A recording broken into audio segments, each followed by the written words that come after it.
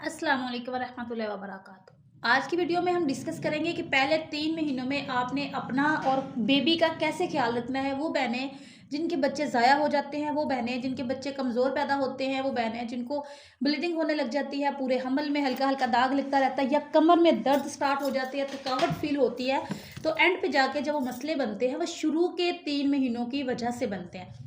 जो आपके साथ पहले 3 महीनों में मसाइल्स पेश आते हैं, उनके बारे में डिस्कस करेंगे और उनके हल के बारे में डिस्कस करेंगे।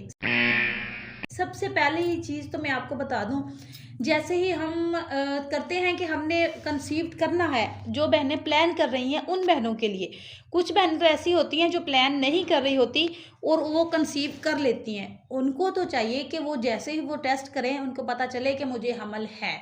पहली चीज़ ये नहीं कि आपको पीरियड्स नहीं आए और आप इंतज़ार करते रहें पीरियड्स क्यों नहीं आए, नहीं। आपने फौरी टेस्ट करना है, क्या हमल है या नहीं। दूसरी चीज़, अगर आप कंसीव करने का इरादा रखती हैं, ये और ये देखें, सबसे पहली फॉलिक एसिड शुरू कर लें, साथ में अच्छी डाइट होनी चाहिए आपकी। इसके अलावा दूसरी चीज़ आपने देखनी है कि आपको इन्फेक्शन ना हो। बहुत से बच्चे इन्फेक्शन की वजह से ज़ाया होते हैं। इन्फेक्शन होता कैसे है? वो ऐसे कि आपको पानी जो पड़ता है, जो लकोरिया होता है, अगर तो वो हमल से पहले लकोरिया आपको था और आपने कंसीव कर लिया, तो ये आपको इन्फेक्शन होगा ही और होगा भी सीवियर किस्म का। अगर आपको हमल के दौरान लकोरिया शुरू हुआ है और आपने उसका ट्रीटमेंट नहीं करवाया, तो इन्फेक्शन बनेगा। अब आपने देखना है कि वो कैसा था, ठीक है।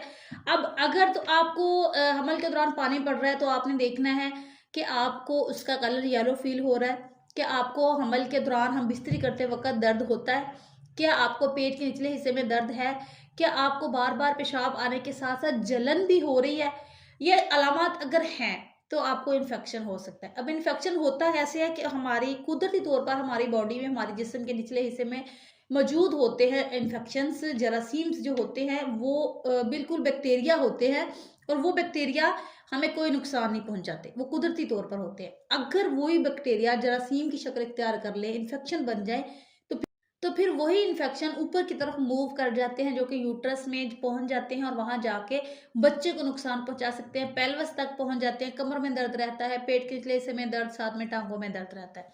तो इससे बचने के लिए एक तो पानी का इस्तेमाल ज़्यादा करना है, वो वैसे भी हमल के दौरान पानी का इस्तेमाल ज़्यादा करेंगे तो बेस्ट है। तो पानी के इस्तेमाल से भी इन्फेक्शन कम होता है और इसके साथ आपने अपने डॉक्टर को चेक करवा के सिंपल से एंटीबायोटिक्स खानी होती है 5 दिन, और उससे आराम आ जाता है। अब सिंपल से इलाज को जब आप शुरू में नहीं पकड़ते इस बीमारी को, इन्फेक्शन को, तो आगे जाके ये आपके बच्चा ज़ाया कर देता है, या आपके बच्चा कमज़ोर कर देता है, या आपके बच्चे की गिर्द जो पानी है उस पानी को कम कर देता है। बच्चे की हार्ट बीट कम हो सकती है, बच्चे की ग्रोथ रुक सकती है, जो कि मेडिसिन से दोबारा स्टार्ट हो भी जाती है, बाज़ औक़ात नहीं होती। जब बच्चे की ग्रोथ ही नहीं होती तो रुकती है, तो फिर वो ज़ाया भी हो सकता है। तो इनसे सबसे देखो, ये इम्पोर्टेंट चीज़ है, इस पे हम ध्यान नहीं देते। लकोरिया आ रहा है हम देखते ही नहीं है। अगली चीज़ डाइट, हम टाइम पे ना खुराक खा रहे हैं, हमें शुरू के 3 महीनों में वॉमिटिंग की वजह से पानी नहीं पिया जा रहा, खाना नहीं खाया जा रहा। तो इन हालात से आपने खुद निमटना है, आपकी फैमिली ने निमटना है। खाना क्यों नहीं खाया जा रहा? वो इसी वजह से कि जब आपको हमल है तो दूसरे आपका ख्याल नहीं रख रहे। उनको चाहिए कि वो आपको अलग-अलग चीज़ें बना के दें, जो चीज़ आपको अच्छी लग रही है घर पे बनाएँ, बाहर की चीज़ें मत खाएँ, बाहर से ऑर्डर मत करें, जिसकी वजह से पेट खराब होता है, स्टमक खराब होता है और साथ में बच्चे पे भी अच्छा खासा फ़र्क पड़ सकता है। अगली चीज़, पानी का इस्तेमाल हम छोड़ देते हैं क्योंकि वॉमिटिंग आ रही होती है। तो पानी को आप देख लें कि आप अगर गर्मियाँ हैं तो जूसेस बना के पिएँ, अगर सर्दियाँ हैं तो आप उसको किस तरीके से पी सकते हैं, थोड़ा नीम गर्म कर लें, कोई ऐसी चीज़ पानी वाली इस्तेमाल ज़्यादा करें जिससे आपका पानी भी पूरा रहे। अगर पानी की कमी हो रही है तो भी बच्चा ज़ाया हो सकता है, तो भी आपको मामलात हो सकते हैं। तो अब आपने अपना ख्याल कैसे रखना है? देखिए, आपने चलना फिरना खुद है, उठना बैठना खुद है। झटके से उठना नहीं है, झटके से बैठना नहीं है। बेड पे जब आप लेटते हैं तो तब भी झटके से उठना नहीं है, पहले करवट लें, फिर आप उठें।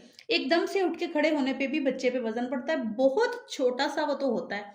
देखिए, इतना छोटा सा जब वो है, तो उस पे जरा सा भी झटका हो तो वो आपकी बच्चेदानी अगर कमजोर है तो बहुत जल्द ये मसले हो जाते हैं।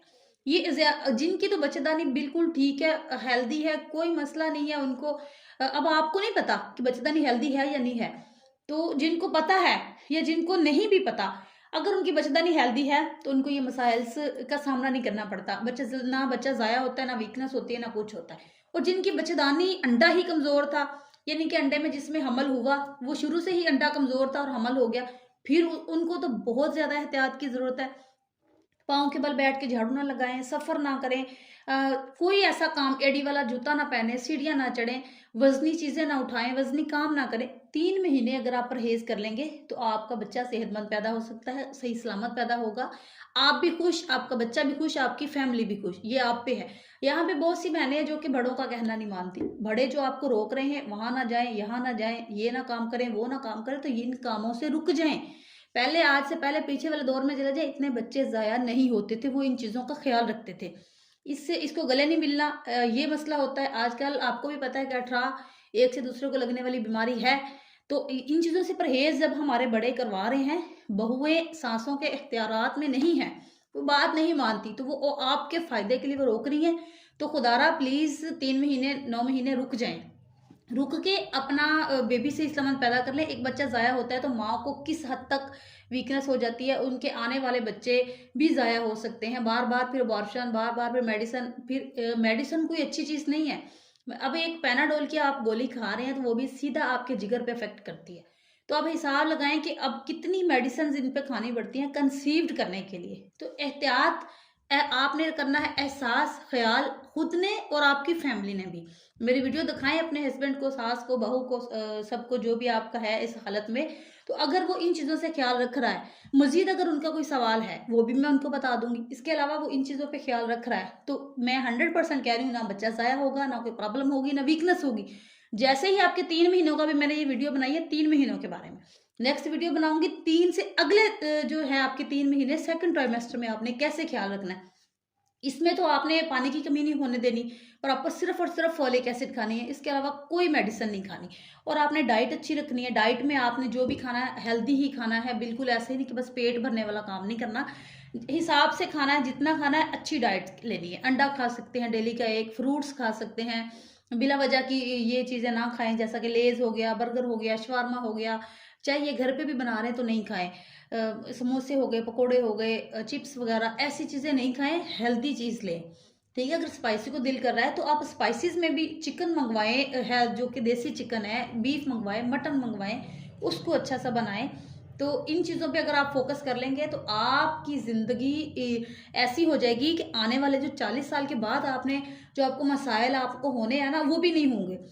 यहाँ से ही वो मसाइल स्टार्ट होते हैं, यहीं से वीकनेस स्टार्ट होती है और एंड पे जाके कमर की दर्द नहीं हट रही होती, जोड़ों की दर्द नहीं हट रही होती, कितने मसाइल होते हैं। और यहाँ पे हम एहतियात नहीं करते, कुछ चिले में एहतियात नहीं करते, कुछ शुरू में एहतियात नहीं करते। तो इस टॉपिक पे मैं शुरू से वीडियो बना रही हूँ, फर्स्ट ट्राइमेस्टर से स्टार्ट हुई हूँ, सेकंड ट्राइमेस्टर, फिर थर्ड ट्राइमेस्टर। तो इंशाल्लाह आप मेरे साथ रहिएगा, चैनल को सब्सक्राइब करें, वीडियो पसंद आई है तो कमेंट करके मुझे बताइएगा और लाइक करना बिल्कुल नहीं भूलिएगा, अपने दोस्तों को शेयर भी करिएगा और मुझे टिकटॉक पे भी ज्वाइन कीजिएगा। Thank you.